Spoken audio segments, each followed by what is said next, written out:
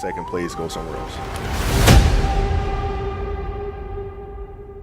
Like I would watch Magic play. I'd watch Michael play. And I would see them do these unbelievable things, and I'd say, you know, can I get to that level? I don't know, but let's find out.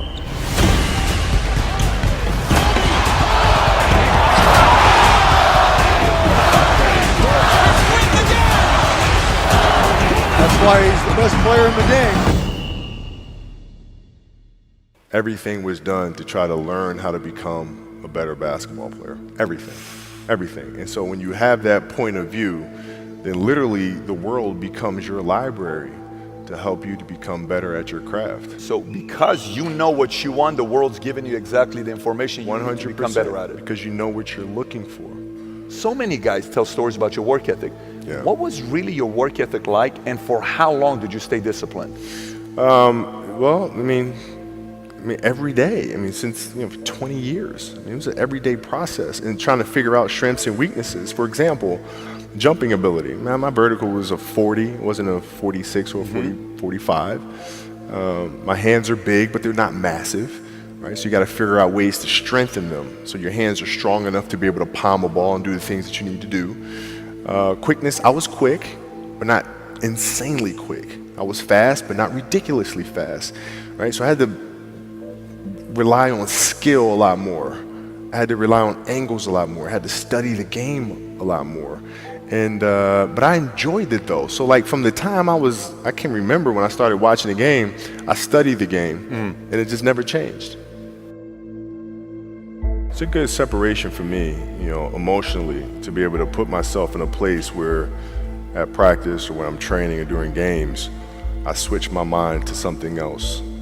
I switch my mode into something else, right? For me, it's the equivalent of Maximus, Decimus Meridius, and Gladiator picking up the dirt, smelling the dirt. It's go time, right? So that was my mental switch. It was like an actor getting ready for a film. You got to put yourself in that cage. When you're in that cage, you are that character. And then when you leave there, it's something completely different. But when I'm in that cage, bro, don't touch me, don't talk to me. Just leave me alone. How did you get mentally and emotionally so strong where it doesn't bother you? Well, you got to look at the reality of the situation. Like for me, it's not, you kind of got to get over yourself. Like, it's not about you, man. Like, okay, you feel embarrassed. You're not that important. Like, get over yourself. That's where you go. Get over yourself, right? Like you're worried about how people may perceive you, and like you're walking around and it's embarrassing because you shot 5 air balls. Get over yourself. Right? And then after that, it's okay, well, why did those air balls happen? Got it. High school, year before, we played 35 games, max, right? Week in between, spaced out, plenty of time to rest. In the NBA, it's back to back to back to back to back to back to back. I didn't have the legs. So you look at the shot, every shot was online, but every shot was short. Right? I got to get stronger. I got to train differently. The weight training program that I'm doing, I got to tailor it for an 82-game season so that when the playoffs come around, my legs are stronger and that ball gets there. So I look at it with rationale and say, okay, well, the reason why I shot air balls is because my legs aren't there. I go, well, next year they'll be there. That was it. Done. Were there some names that you looked at and says, these 3 guys are as crazy as I am? At the time, I deal with what I've referred to as Goat Mountain. I went to Goat Mountain, and I talked to Magic, Michael, Bird, Hakeem Olajuwon, Jerry West, Oscar Robinson, Bill Russell. So I would talk to them. What did you do? What were your experiences? Michael in particular, he's become my big brother. He's been my big brother since I first came in the league. And what was that process like? So I went to them and started understanding the ins and outs of the game, and how they approach things and their level of detail and obsessiveness, and that's what I did. The players that had that passion but weren't willing to commit their entire lives to doing that, right? It's a choice. right? You have other things. You have family. You have all these other things that you have to do.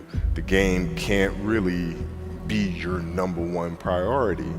And so I was just looking at that like, man, this is gonna be fun. If I'm buddies with you from high school, if I'm a cousin of yours, what happened to our relationship? How did that gravitate when you went into the league and you're determined to become the greatest, or you're determined to become one of the greatest? What happens to our relationship? Well, it suffers. It does suffer. Oh yeah. Okay. Yeah. And you understood that. You were okay yeah. with that. Well, yeah. And the people that love you, like friends and family, like they know that about you. Got it. So they let you be you. And when you reconvene, you pick back up where you left off. But make no mistake about it, everything in between is lost, right? So those long-term relationships, the commitment of time of, taking vacation. Like I see a lot of players take vacations with other players that are close friends. And they'll just take vacations just to take vacations, or just hang out just to hang out. Like I never did that. Why not though? Why didn't you do that? Well, because when I retire, I didn't want to have to say, I wish I would have done more. I don't want that. I don't want that. You got a lot of people paying their hard-earned money to come watch you perform. Perform. It's your job to be in shape. It's your job to be strong enough to perform at that level every single night. And as a competitor, I'm not ducking shit. Like it's not, oh my God, my back hurts, I'm sore. We got to play Vince Carter and Toronto Raptors tonight.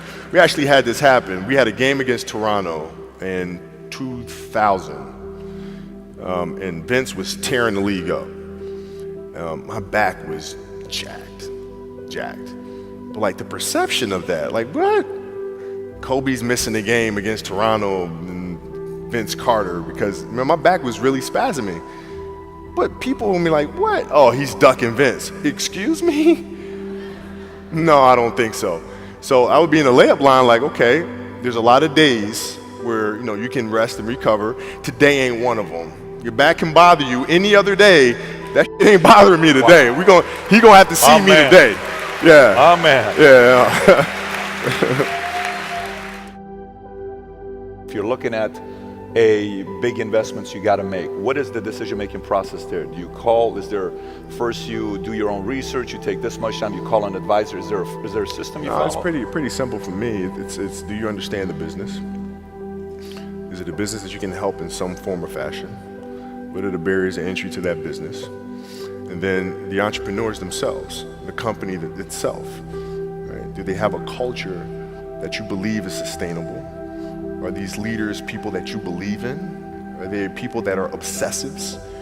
And in turn, have they created a culture of obsessiveness? So I tend to look at those 4 factors, and that's it. That's big right there, by the way. I don't know if you guys caught that right there. That's pretty massive right there. Same determination. What's your current work schedule look like today? It's different because I personally am not writing every word of the novels. I am not animating the films. What I have to do now is make sure that the people that we bring in, these obsessives that we bring in, are challenging themselves to do the best job that they think they can do. That's what I'm there for, is for them to constantly look in the mirror and self-assess and challenge themselves. If we have a project and you're saying, okay, I can do that, that's not the project we want. The projects that say, I don't know if I can animate that. I don't know how to write that story. I don't know how to do that. Those are the things we want, because through that curiosity, you'll reach a level that you didn't think was possible. And so running the studio, that's what I'm doing.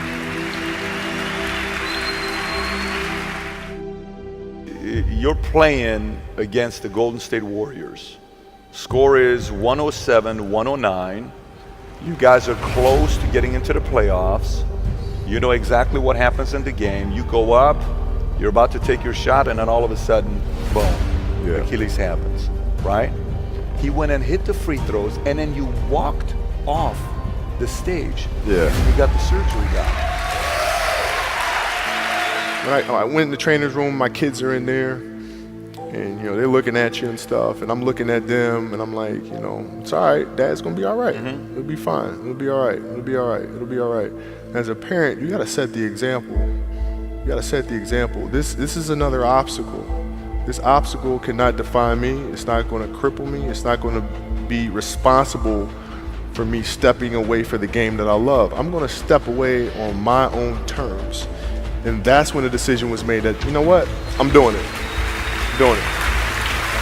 You're a freaking beast, bro. Yeah, hey.